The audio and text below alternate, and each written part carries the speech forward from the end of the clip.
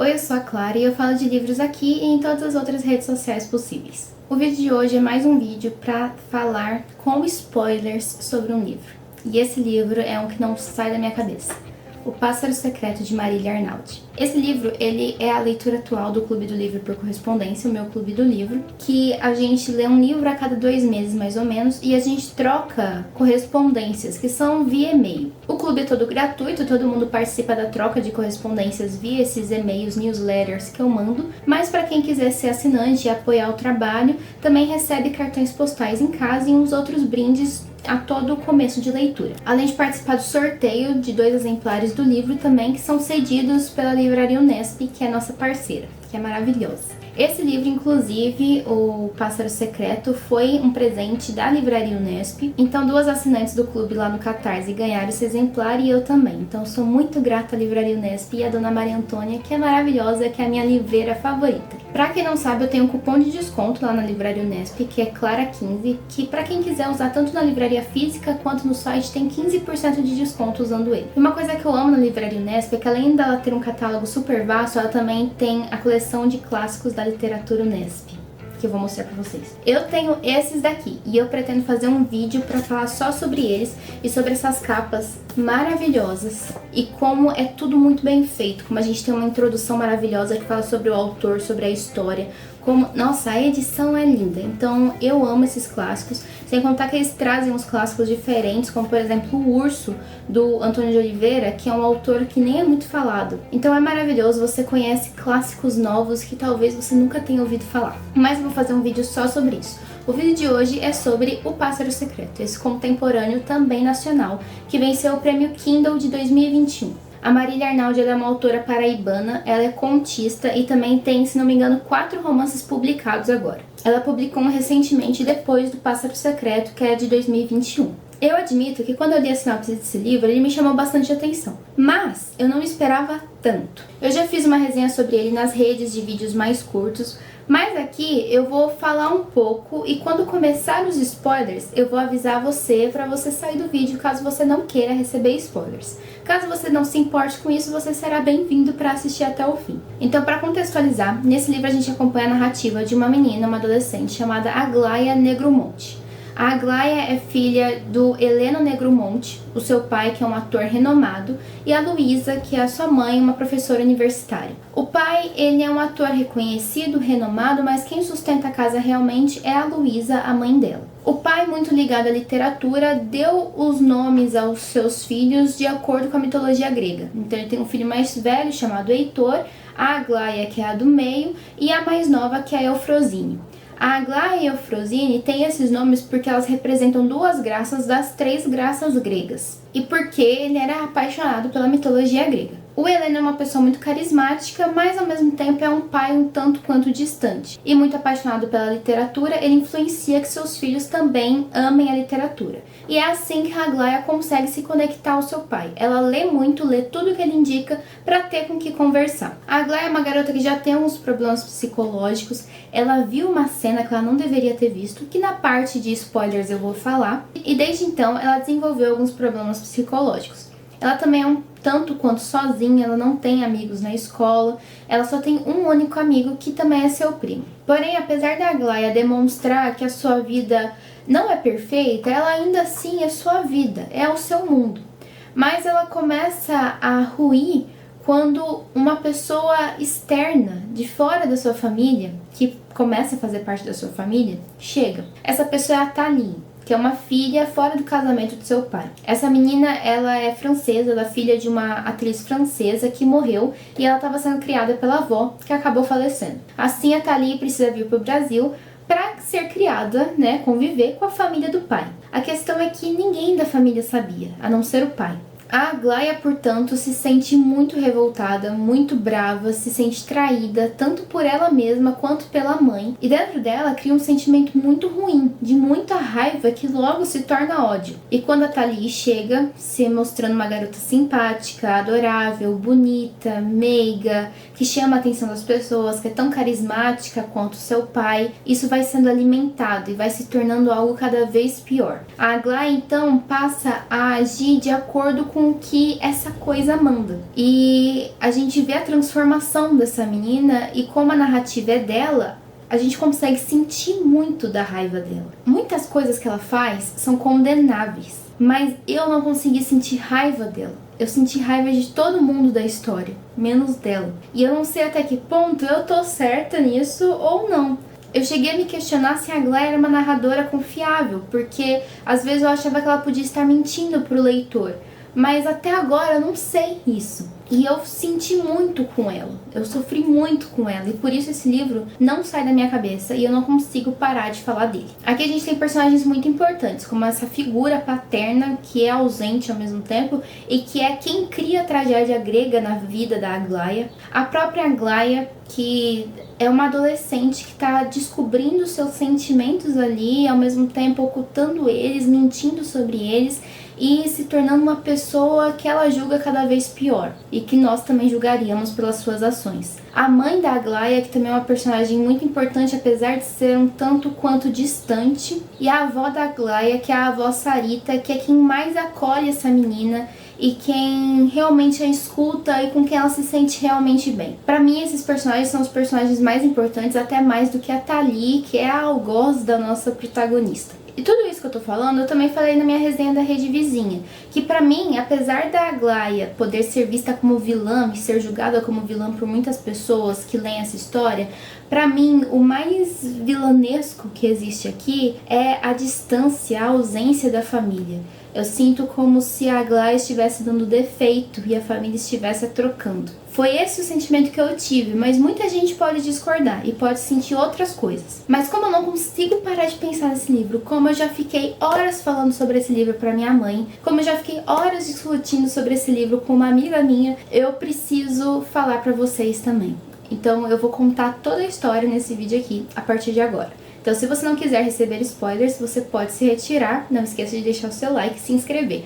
Mas se você quiser ouvir tudo que eu tenho pra contar, fica aqui. Se não me engano, esse livro está disponível no Kindle Unlimited também. Então, corram pra ler ele, porque é muito bom. Como eu falei, a história começa com a narrativa da Aglaia apresentando a sua família de certa forma. E entre um capítulo e outro, a gente tem alguns capítulos em itálico.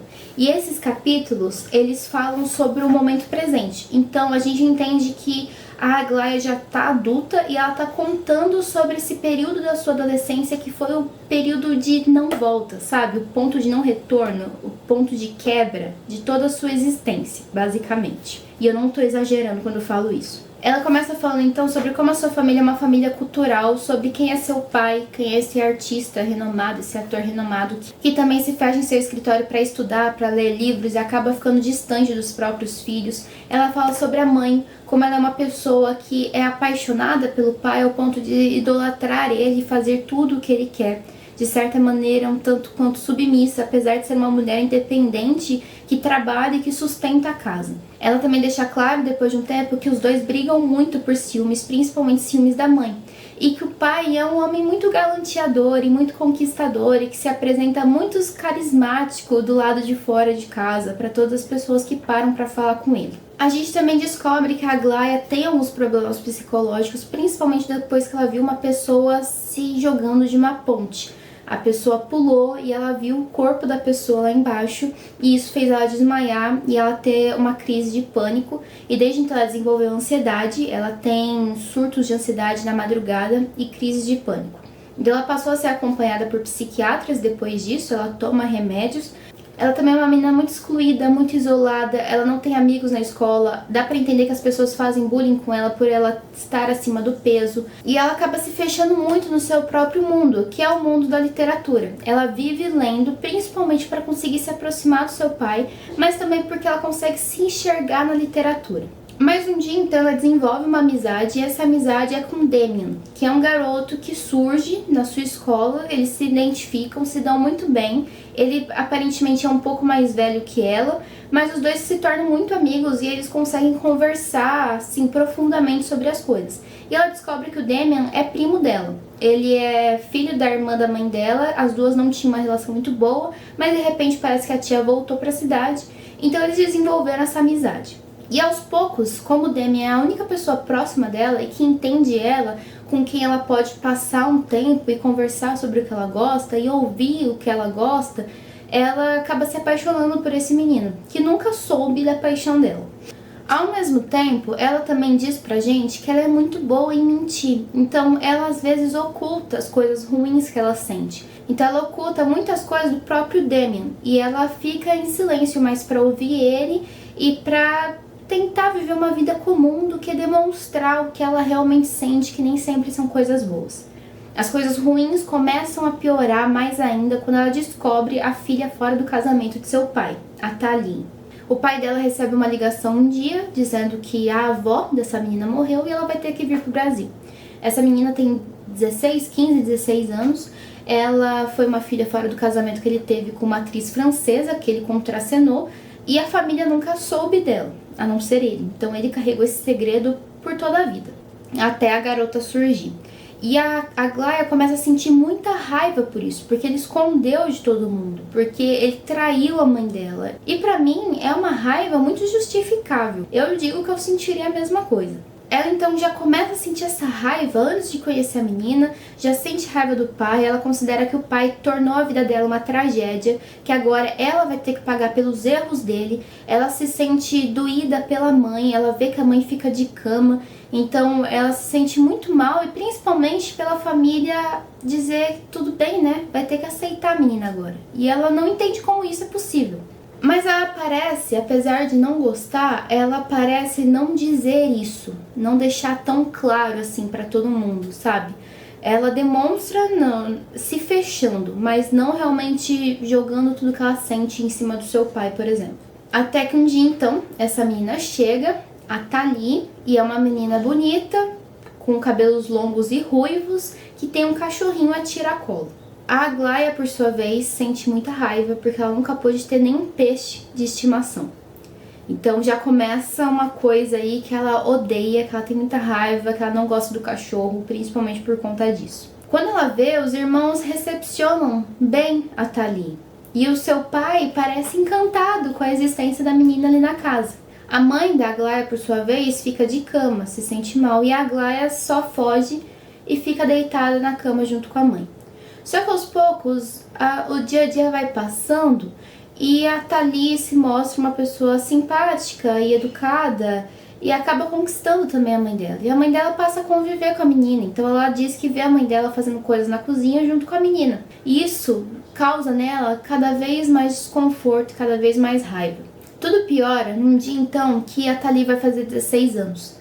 E o pai, o Heleno Negromonte, resolve fazer uma festa de aniversário para a menina, sendo que ninguém nunca teve festa na casa deles. Então ela diz que o Heitor, o irmão mais velho, fez 16 anos há pouco tempo e ninguém fez festa para ele. E toda vez que eles faziam aniversário, a avó deles, a avó Sarita, que ela chama, ia com o bolo e eles faziam ali uma festinha entre eles. Mas não uma festa do tipo de ter gente servindo outras pessoas. E no caso, eles até contratam pessoas para isso. Ela fica com mais raiva ainda, ela desconta muito na comida, ao mesmo tempo que ela também vomita, porque ela não consegue segurar nada no estômago. Então, às vezes, ela acorda de madrugada, ela vai comer e depois ela vomita. Ela não é nada saudável, assim. Os problemas psicológicos dela acabam afetando totalmente o seu físico. E nesse dia da festa, a Tali acaba conhecendo Damien, que é o melhor amigo da Aglaia. E o Damien se encanta pela Tali, o que torna tudo mais um problema. O garoto acaba se encantando pela Tali, ela também se encanta por ele, os dois se tornam amigos próximos, têm idades próximas, e aos poucos ele vai se tornando mais próximo da Tali do que dela. Então ela se sente abandonada por isso também. Ou seja, parece que a Tali surgiu para tirar tudo que é dela, e é isso que ela sente. Logo depois disso, dessa festa, ela resolve se vingar de certa forma da Tali e ela some com o cachorro. Ela abandona o cachorro da Tali em algum lugar e ninguém nunca encontra e ninguém sabe quem foi e ela fica muito quieta. Então o irmão dela, o Heitor, é o único que acusa ela, mas ninguém tem como provar. E esse foi o primeiro ato ruim que ela toma, assim, o primeiro ato que ela causa. Nessa hora você já vê que ela tá totalmente desequilibrada, né? Você já julga ela, você já condena ela por isso. Eu me sinto muito enraivecida quando qualquer coisa acontece com um cachorro, com qualquer animal. Sendo sincera, se ela fizesse qualquer mal pra menina, eu não me importaria tanto quanto ela fazendo mal pra algum animal. Mas ao mesmo tempo, eu também não consegui sentir muita raiva dela. E aí eu continuei lendo a história. E a história só piora, claramente. Então, depois disso, eles vão fazer uma viagem pra casa da avó deles, que é em Saudade, que ela chama. E a avó é a pessoa que ela mais ama, é a pessoa com quem ela mais se dá bem, é a pessoa que mais escuta ela, que deixa ela comer qualquer coisa. Onde ela se sente bem é naquela região, em Saudade, no sítio onde a avó mora, onde ela pode ficar na natureza, enfim.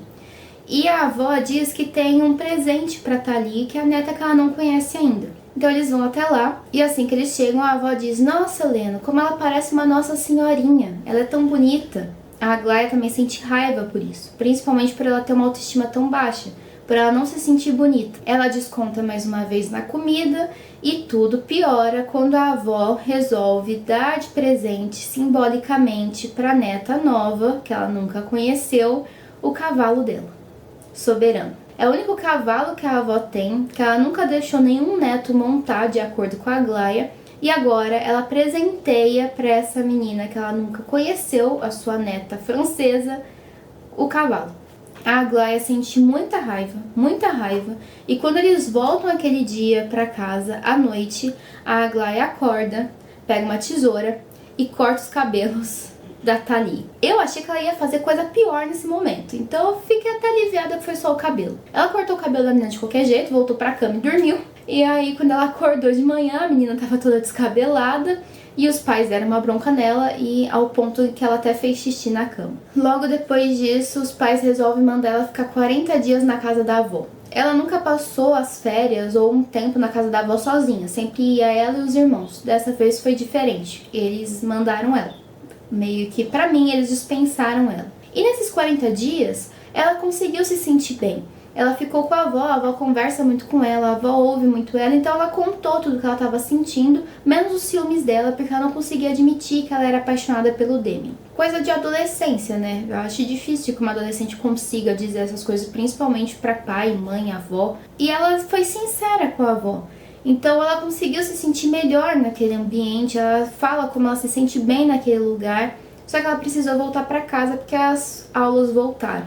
E quando as aulas voltaram, ela se viu ainda mais sozinha, porque o Damian não ficava muito perto dela durante o intervalo, não conversava mais com ela da forma que eles conversavam. A Thalie fugia de casa à noite para se encontrar com ele, então ela se sentiu cada vez mais abandonada. Os irmãos dela também se afastaram dela depois que ela voltou, tinham um certo receio de ficar próximo dela, então até a irmã mais nova, que era próxima dela, ficou distante, depois que ela deixou a outra sem cabelo. Isso passou o início do ano e chegaram as férias de julho, todo mundo foi para casa da avó para passar as férias lá. O Damian aparece lá, a convite da avó, que pediu para ele ir por conta da Thalie. Então a Aglaia diz que ele nunca quis ir lá, ele nunca quis visitar a avó dela. E a Thalie pediu e agora ele tá lá. E às vezes ela até tenta conviver com eles, mas ela não consegue. Ela diz que ela nem se lembra como ela age perto deles, ela mais se afasta, ela se empanturra de comida de madrugada. E ela começa a perceber que os dois desaparecem em certos momentos do dia, principalmente de manhã. E um dia ela acorda cedo, ela vai até o vizinho da avó, que era muito amigo também, pede um cavalo emprestado e vai até um morro para ver onde os dois estão. E ela vê os dois cavalgando no Soberano, o cavalo que a avó deu pra menina, e indo para certo lugar, e ela segue os dois. E quando ela segue os dois, ela vê os dois se beijando, e isso é uma catástrofe para ela. É aí que ela piora ainda mais. Ela então bola um plano, de madrugada ela pega açúcar e vai até a casa do vizinho, no galpão onde ele guarda pesticidas, e mistura pesticida ao açúcar numa bacia. E pra mim ela ia envenenar a menina, e se fosse isso tava até melhor do que o que ela fez, porque ela envenenou o cavalo. Nessa hora eu queria matar ela também, eu fiquei com muita raiva, porque o cavalo não tinha nada a ver com isso. E ela se sente mal por isso, ela pede perdão ao cavalo e ela pensa em desistir porque ela acha que vai ferir a avó dela, o que ela realmente vai fazer, mas ela acaba indo até o final e ela mata o cavalo. No dia seguinte, quando ela acorda, todo mundo já sabe que foi ela. Ela então passa por um tribunal a céu aberto. A avó se pergunta por que ela fez isso com o bichinho, a mãe é a única que diz não pode ter sido ela, não foi ela. O pai tá estarrecido, o pai tá muito bravo, o irmão chega nela, chacoalha ela, fala que tipo de pessoa você é. A Tali tá silenciosa, com certo medo, e o Damien chama ela de monstro. E ela vê o Damien com a mão dele na perna da Tali, tentando acalmar ela, então ela simplesmente admite, fui eu. Depois disso, os pais enfiam ela no carro, marcam uma consulta de urgência com a psiquiatra dela, e ela vai até a psiquiatra e depois disso ela não lembra de mais nada. Ela só acorda de noite na sua cama de madrugada e ouve seus pais conversando na sua casa. Os pais deixaram os outros filhos na casa da avó e foram para casa deles para tentar fazer alguma coisa com ela, porque eles não sabiam mais o que fazer. E tem uma questão aqui que eu esqueci de falar, que a avó, ela tem 3 filhos, ela tinha 3 filhos. O Heleno Negromonte, que é o pai delas, um tio e uma tia, que é a tia Clara. E ela disse que sempre que a avó contava histórias, ela não falava muito da tia Clara. Ela falava da infância dos outros 2, mas não muito da tia, porque a tia faleceu. E ela só sabia que a tia morreu num acidente de carro, mas não sabia exatamente como. Ela só via fotos da tia, achava a tia muito bonita, mas não sabia dizer o que tinha de errado no olhar da tia, porque ela percebia que tinha alguma coisa de errado. É então nessa conversa de madrugada que ela ouve os pais falando que a mãe dela diz: a sua irmã não morreu no acidente de carro, aquilo não foi um acidente, você sabe disso. Ou seja, provavelmente essa tia dela, a tia Clara, tirou a própria vida. Então, algo dentro da Glória pode ser genético. Ela pode ter herdado algumas características psicológicas da tia, e por isso ela tem algo que ela diz ser tão ruim dentro dela.